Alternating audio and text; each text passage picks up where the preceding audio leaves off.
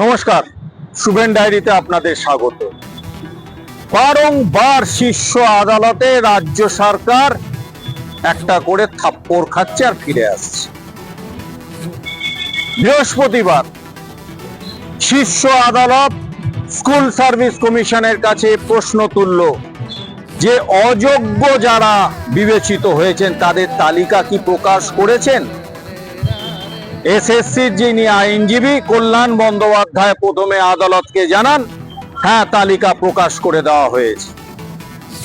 কিন্তু পরক্ষণে কল্যাণ বন্দ্যোপাধ্যায় আদালতকে জানায় যে না, ক্ষমা করবেন, আমি ভুল বলেছিলাম, এখনো প্রকাশ হয়নি, একটু সময় দেওয়া হোক, 7 দিনের মধ্যে আমরা অযোগ্য তালিকা প্রকাশ করে দেব। শীর্ষ আদালত কল্যাণ বন্দ্যোপাধ্যায়ের এই বক্তব্যে কিছুটা ক্ষুব্ধ হন।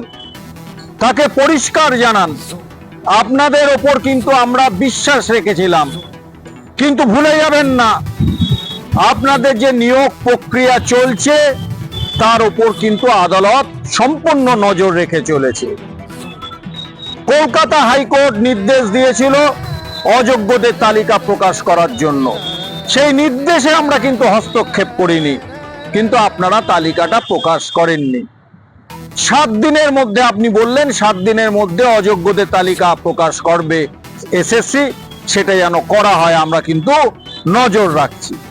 তবে যোগ্য শিক্ষক শিক্ষিকা যারা চাকরি হারিয়েছেন তারা একটা দাবি করেছিলেন যে যদি কোনোভাবে চাকরিটা ফিরে পাওয়া যায়, সেই ক্ষেত্রে কিন্তু বৃহস্পতিবার সুপ্রিম কোর্টের ডিভিশন বেঞ্চ তাদের পরিষ্কার জানিয়ে দিল যে নিয়োগ প্রক্রিয়া শুরু হয়ে গেছে এবং সেপ্টেম্বরে যে নতুন করে যে পরীক্ষা হবে সেই পরীক্ষা চলবে।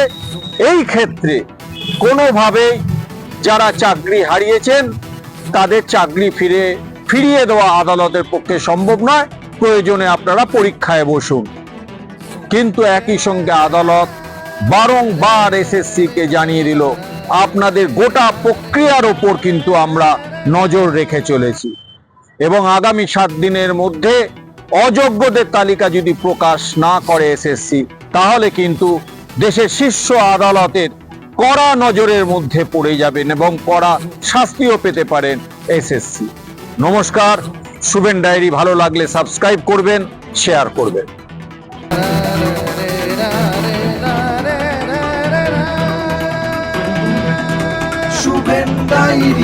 শুভেন ডায়েরি